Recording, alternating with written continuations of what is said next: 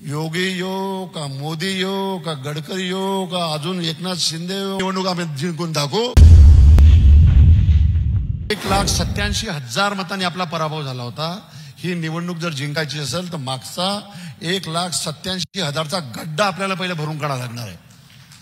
आणि मला विश्वास आहे की आपल्या सर्वांच्या एकजुटीवर, आपल्या सर्वांच्या परिश्रमावर आणि मेहनतीवर हा गड्डा आपण 100% भरून काढून त्याच्यापेक्षा लंब चालू जाऊ, हा विश्वास मला त्या निमित्तानं आहे। आणि आपण अतिशय चांगल्या परिस्थितीमध्ये आहो याचं उदाहरण जर द्यायचं झालं तर आता आपल्या मतदारसंघामध्ये योगी येऊन गेले हिंगणघाटमध्ये, आणि आता 20 तारखेला मोदी येऊन राहिले म्हणते। योगी आले, मोदी आले, गडकरी येऊन राहिले, म्हणजे सर्वच झाले। योगी, मोदी, गडकरी सर्वच येऊन गेले।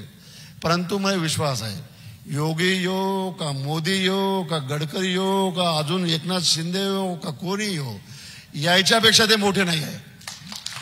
हे जे लोक या ठिकाणी आहे, हे जी जनता आमच्या सोबत आहे, ही जनतेच्या ताकदीवर ही निवडणूक आम्ही जिंकून दाखवू, हा विश्वास मी आजच्या या सभेच्या निमित्तानं या ठिकाणी व्यक्त करतो। आणि हे होत असताना मला फक्त इतकं सांगावंसं वाटतं की 10 वर्षाचा कार्यकाळ या सरकारचा आपण अनुभवला।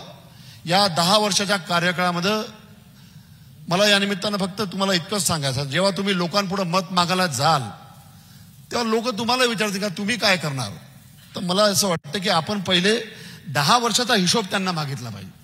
जे जे आश्वासन आपल्याला दिले की 10 वर्षामध्ये आम्ही हे गोष्टी या ठिकाणी करू देशामध्ये, त्याच्यापैकी कोणतं आश्वासन या लोकांनी पूर्ण केलं याचं एक उत्तर त्या निमित्तानं आपण मागितलं पाहिजे। वीरेंद्र भाऊ, एकाही प्रश्नाचं उत्तर नाही।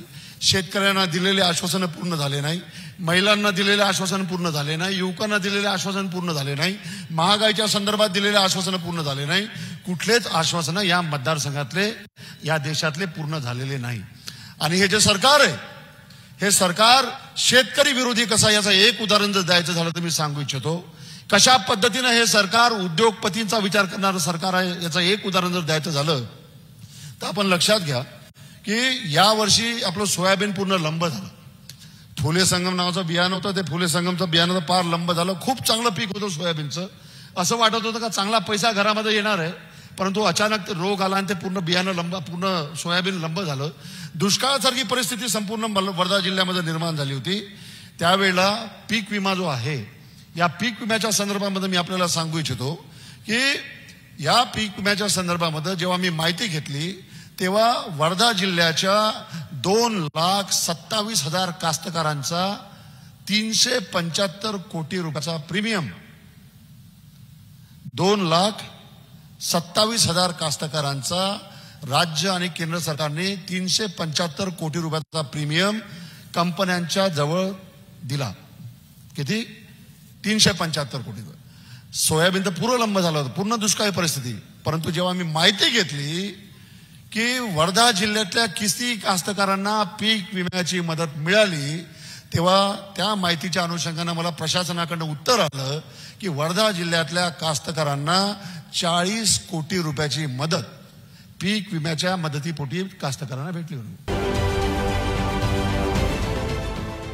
देश विदेशातील प्रत्येक घडामोडींचे लाईव्ह अपडेट मिळवण्यासाठी आता साम टीव्हीच्या सर्व सोशल मीडिया प्लॅटफॉर्मला लाईक, फॉलो आणि सबस्क्राइब करा।